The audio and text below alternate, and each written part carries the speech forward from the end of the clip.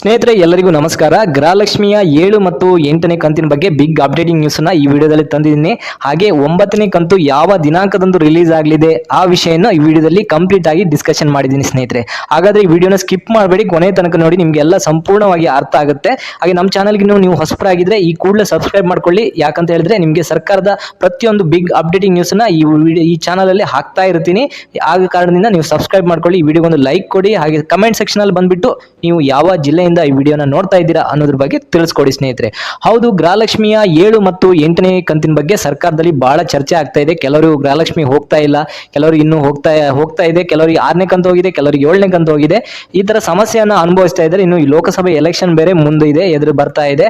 ಆ ಕಾರಣದಿಂದ ಈ ಒಂದು ಸಮಸ್ಯೆಯನ್ನ ಜನರು ಚುನಾವಣೆಯ ನಿಮಿತ್ತ ಹೇಳಬಾರ್ದು ಅನ್ನುವ ಕಾರಣದಿಂದ ಸಿದ್ದರಾಮಯ್ಯ ಸರ್ಕಾರ ಮಹಿಳಾ ಮತ್ತು ಮಕ್ಕಳ ಕಲ್ಯಾಣ ಇಲಾಖೆಗೆ ಒಂದು ಆದೇಶವನ್ನು 2 ದಿನದ ಹಿಂದೆ ಜಾರಿ ಮಾಡಿದೆ. ಏನಂತ ಹೇಳಿದ್ರೆ, ಯಾರಿಗೆಲ್ಲ ಇನ್ನು 7 ಮತ್ತು 8ನೇ ಕಂತಿನ ಅಕೌಂಟಿಗೆ 2,000 ರೂಪಾಯಿ ಹೋಗಿಲ್ವೋ ಅಂತವರ ಲೀಸ್ಟ್ ಅನ್ನ ರೆಡಿ ಮಾಡಿ ಸರ್ಕಾರಕ್ಕೆ ಕೂಡಲೇ ವರದಿ ಕೊಡ್ಬೇಕಂತ ಒಂದು ಚರ್ಚೆ ಆಗ್ತಾ ಇದೆ. ಈ ಒಂದು ವರದಿ ಮಕ್ಕಳ ಮತ್ತು ಮಹಿಳಾ ಕಲ್ಯಾಣ ಇಲಾಖೆಯಿಂದ ಸರ್ಕಾರಕ್ಕೆ ವರದಿ ಈ ಕೂಡಲೇ ಹೋಗಿದೆ. ಯಾಕಂತ ಹೇಳಿದ್ರೆ ಇದು ಎಮರ್ಜೆನ್ಸಿಯಿಂದ ತುರ್ತಾಗಿ ಕರೆದಿರುವಂತಹ ಮಾಹಿತಿ ಆಗಿದೆ. ಯಾಕಂತ ಹೇಳಿದ್ರೆ ಲೋಕಸಭೆ ಎಲೆಕ್ಷನ್ ಅಲ್ಲಿ ಯಾವ ಕಂತುನು ಬಾಕಿ ಇಡಬಾರ್ದು, ಯಾವ ಜನರಿಗೆ ಯಾವುದೇ ಕಾರಣದಿಂದ ಗ್ಯಾರಂಟಿ ಹಣ, ಭರವಸೆ ಗ್ಯಾರಂಟಿ ಯೋಜನೆ ಹಣ ಯಾವುದು ಪೆಂಡಿಂಗ್ ಇಡಬಾರ್ದು ಅನ್ನೋ ಕಾರಣದಿಂದ ಈ ತರಾತುರಿಯಲ್ಲಿ ಕೆಲಸ ನಡೀತಿದೆ. ನೀವು ಏನು ವರಿ ಮಾಡುವ ಅವಶ್ಯಕತೆ ಇಲ್ಲ. ಸರ್ಕಾರದಿಂದ ನಿಮಗೆ 7 ಮತ್ತು 8 2 + 2 2,000 4,000 ರೂಪಾಯಿ ಒಟ್ಟಿಗೆ ನಿಮ್ಮ ಅಕೌಂಟಿಗೆ ಜಮೆ ಆಗಲಿದೆ. ಅದು ಇನ್ನು 2 ರಿಂದ 3 ದಿನದಲ್ಲಿ ನಿಮ್ಮ ಅಕೌಂಟಿಗೆ ಬರಲಿದೆ ಸ್ನೇಹಿತರೆ. ಹಾಗಾದ್ರೆ ನಾನು ಪ್ರತಿಯೊಂದು ವಿಡಿಯೋದಲ್ಲಿ ನಿಮಗೆ ಒಂದು ಬಿಗ್ ಅಪ್ಡೇಟ್ ಅನ್ನ ಹೇಳ್ತಾ ಇರ್ತೀನಿ. ನೀವು 10 ವರ್ಷದ ಹಿಂದಿನ ಆಧಾರ್ ಕಾರ್ಡ್ ಏನಾದ್ರು ಮಾಡ್ಕೊಂಡಿದ್ರೆ, ಆಧಾರ್ ಕಾರ್ಡ್ ಅಪ್ಡೇಟ್ ಮಾಡ್ಕೊಂಡಿಲ್ಲ ಅಂತ ಹೇಳಿದ್ರೆ ದಯವಿಟ್ಟು ಜೂನ್ 14 ತನಕ ಅಪ್ಡೇಟ್ ಮಾಡಲಿಕ್ಕೆ ಅವಕಾಶವನ್ನ ಕೊಟ್ಟಿದೆ ಸರ್ಕಾರ. ಆದ್ರಿಂದ ದಯವಿಟ್ಟು ನೀವು ಆಧಾರ್ ಕಾರ್ಡ್ ಅನ್ನ ಅಪ್ಡೇಟ್ ಮಾಡ್ಕೊಳ್ಳಿ. ಆದ್ಮೇಲೆ ನೀವು ಅಪ್ಡೇಟ್ ಆದ್ಮೇಲೆ ಕೂಡಲೇ ನಿಮ್ಮ ಹತ್ತಿರದ ನೀವು ಯಾವ ಅಕೌಂಟ್ ಅನ್ನ ಗೃಹಲಕ್ಷ್ಮಿ ಯೋಜನೆಗೆ ಕೊಟ್ಟಿದ್ದೀರೋ ಆ ಬ್ಯಾಂಕಿಗೆ ಹೋಗ್ಬಿಟ್ಟು ಇನ್ನೊಮ್ಮೆ ಲಿಂಕ್ ಮಾಡಿಸಿ.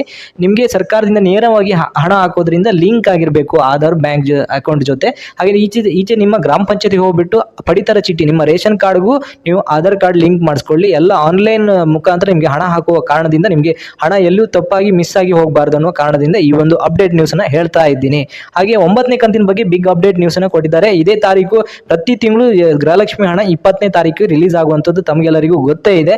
ಹಾಗಾಗಿ ಇದೇ ತಿಂಗಳು 20ನೇ ತಾರೀಕು ಸಹ ನಮಗೆ 9ನೇ ಕಂತು ಸಹ ಬಂದ್ ಬೀಳಲಿದೆ ಅನ್ನೋದ್ರ ಬಗ್ಗೆ ಬಿಗ್ ಅಪ್ಡೇಟ್ ನ್ಯೂಸ್ ಸಿಕ್ಕಿದೆ ಸ್ನೇಹಿತರೆ. ಹಾಗಾದ್ರೆ ನೀವು ಈ ವಿಡಿಯೋನ ಎಲ್ಲ ನಿಮ್ಮ ಸ್ನೇಹಿತರಿಗಿರ್ಬೋದು, ಸಂಬಂಧಿಕರಿಗಿರ್ಬೋದು ಎಲ್ಲರಿಗೂ ಶೇರ್ ಮಾಡಿ, ಅವರಿಗೂ ಸಹ ಯೂಸ್ ಪಡ್ಕೊಳ್ಳಿ. ಇದನ್ನ ನೋಡ್ಕೊಂಡು ನಿಮ್ಮ ಚಾನಲ್ಗೆ ಇನ್ನು ನೀವು ಇದೇ ರೀತಿಯ ನಿಖರ ಸರಿಯಾದ ಮಾಹಿತಿಯಾಗಿ ನಮ್ಮ ಚಾನಲ್ಗೆ ಸಬ್ಸ್ಕ್ರೈಬ್ ಮಾಡೋದನ್ನ ಮರಿಬೇಡಿ. ಹಾಗೆ ನಮಗೆ ಈ ವಿಡಿಯೋ ಒಂದು ಲೈಕ್ ಕೊಟ್ಟು ಸಪೋರ್ಟ್ ಮಾಡಿ. ಹಾಗೆ ಕಮೆಂಟ್ ಸೆಕ್ಷನ್ ಅಲ್ಲಿ ನೀವು ಗೃಹಲಕ್ಷ್ಮಿ ಯಾವ ಕಂತಿನ ಹಣ ಬಂದಿಲ್ಲ ಅನ್ನೋದ್ರ ಬಗ್ಗೆನೂ ತಿಳಿಸ್ಕೊಡಿ.